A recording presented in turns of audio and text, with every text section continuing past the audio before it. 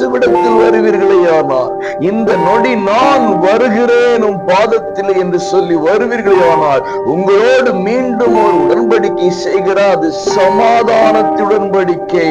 எந்த சூழ்நிலையிலும் உங்களுக்கு சமாதானத்தை தருவேன் என்ற ஒரு உடன்படிக்கை பண்ணுகிறார்.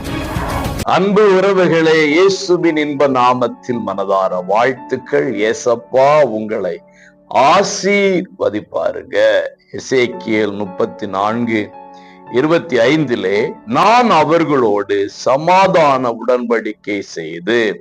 பிரியமானவர்களே, உடன்படிக்கையின் தேவன் நம்முடைய தேவன். இன்றைக்கு உங்களை பார்த்து தேவனாகிய ஆண்டவர் இயேசு சொல்லுகிறார், உங்களோடு, தனிப்பட்ட உங்களை பார்த்து சொல்லுகிறார், உன்னோடு நான் ஒரு உடன்படிக்கை செய்ய போகிறேன். ஆட்சியாளர்கள் செய்கிற உடன்படிக்கை போல அல்ல, அரசாங்கம் செய்கிற உடன்படிக்கை போல அல்ல, ஒரு நிறுவனம் செய்கிற உடன்படிக்கை போல அல்ல. இது தேவனாகிய கர்த்தர் செய்கிற உடன்படிக்கை.